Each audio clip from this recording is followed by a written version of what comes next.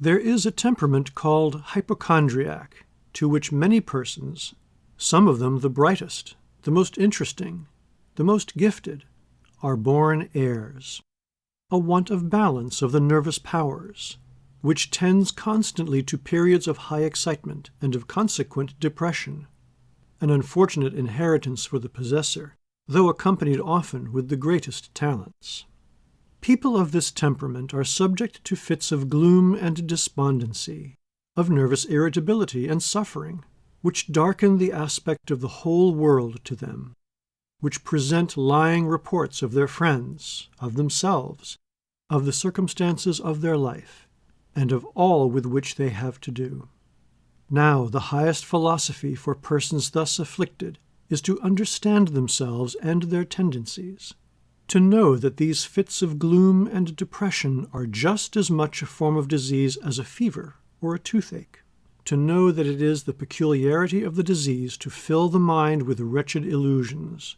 to make them seem miserable and unlovely to themselves, to make their nearest friends seem unjust and unkind, to make all events appear to be going wrong and tending to destruction and ruin. The evils and burdens of such a temperament are half removed when a man once knows that he has it and recognizes it for a disease, when he does not trust himself to speak and act in those bitter hours as if there were any truth in what he thinks and feels and sees. He who has not attained to this wisdom overwhelms his friends and his family with the waters of bitterness. He stings with unjust accusations, and makes his fireside dreadful with fancies which are real to him, but false as the ravings of fever. A sensible person, thus diseased, who has found out what ails him, will shut his mouth resolutely, not to give utterance to the dark thoughts that infest his soul. A lady of great brilliancy and wit, who was subject to these periods, once said to me, "My dear sir, there are times when I know I am possessed of the devil, and then I never let myself speak."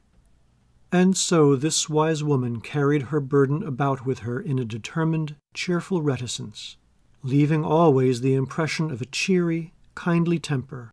when, if she had spoken out a tithe of what she thought and felt in her morbid hours, she would have driven all her friends from her,